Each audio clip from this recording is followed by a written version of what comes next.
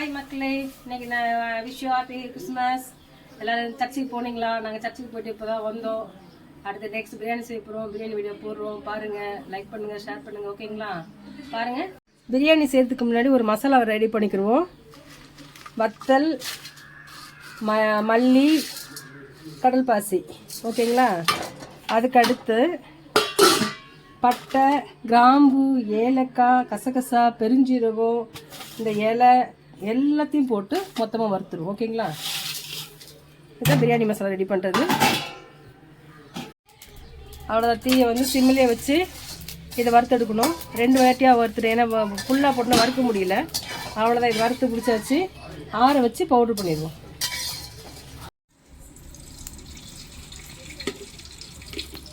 இப்போ நம்ம செய்ய போகிறது 5 கிலோ அரிசிக்கு பிரியாணி பண்ணுறோம். ஓகேங்களா? நெய், கொஞ்சமாக நெய் போட்டாச்சு.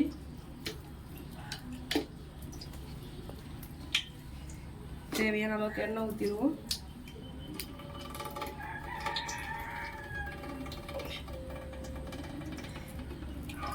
இது அடுப்புலேருந்து ஒரு புகடா. இப்படி ஒரு முறை செஞ்சு பாருங்கள் மக்களே. பட்டெல்லாம் அவங்க எதுவுமே போடாமல் பிரியாணி மசாலா அரைச்சி போட்டு பண்ணி பாருங்கள். இப்போ வந்து நம்ம வந்து வெங்காயமும் மிளகாயும் போட்டுருவோம்.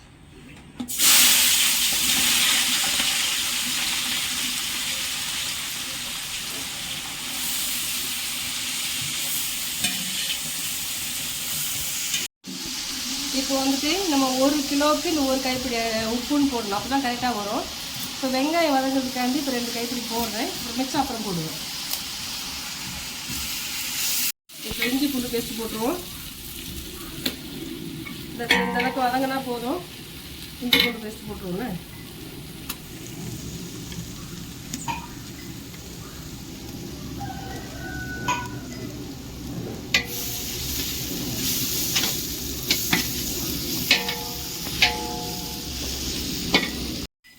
தக்காளி போட்டுருவோம்.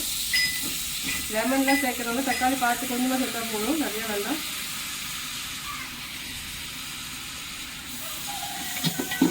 உப்பு எடுக்கணும்.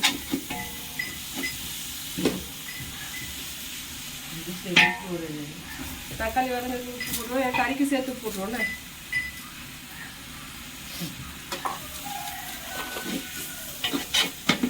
இது வதங்கட்டும். மல்லி, புதினா,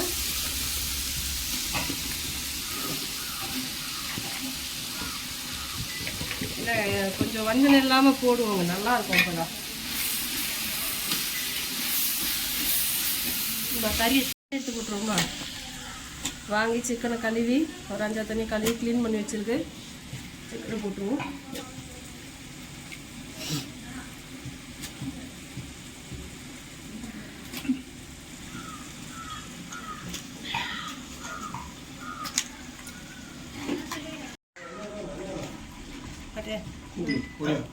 தயிர் ஊற்றிடுவோம். ஒரு 200 ml போதும்.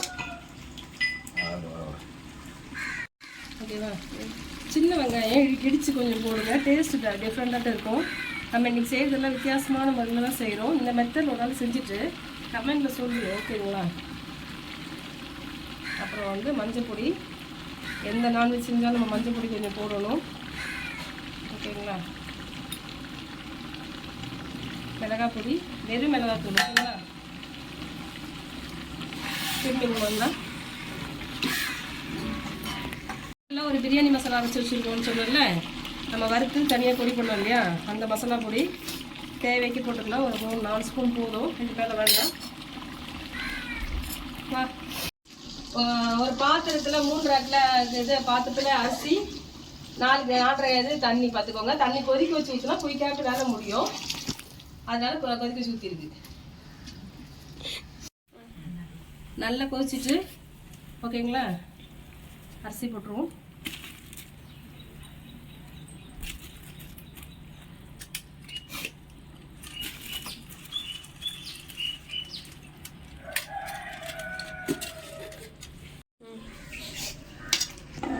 அவ்வளோதான், ரெடி ஆகிடுச்சு. இதோட தம் போட்டுற வேண்டியதான். அதுக்கு முன்னாடி லெமன் ஊற்றிடுவோம். நெய் எடுத்து எடுங்க.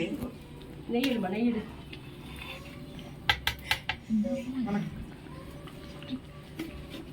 மேலாட்டில் லைட்டாட்டு கொஞ்சம் போல் நெய், நிறைய வேண்டாம், சும்மா வாசனை டேஸ்ட்டு வேண்டி கொஞ்சம் போதும். ஃபஸ்ட்டு நம்ம ஊற்றிடுவோம் நெய், அதனால் போதும். தம் போட்டுருவோம்.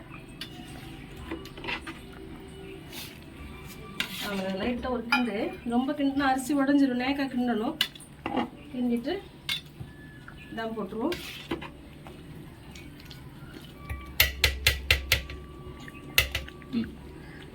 அவ்வளோதான். இதில் மைதா மாவு போட்டு வச்சுருக்கேன், அதை அப்படி எடுத்து கவுத்து விட்ருவேன். ஓகே, தண்ணி எடுத்துக்கிலோ.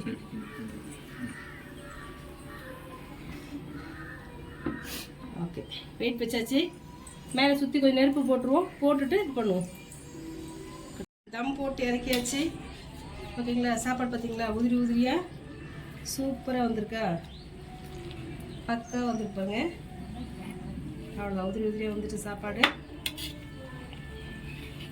கொலையும் இல்லை, இதுவாகவும் இல்லை, கரெக்டாக வந்துருக்கு பாரு. ஓகே,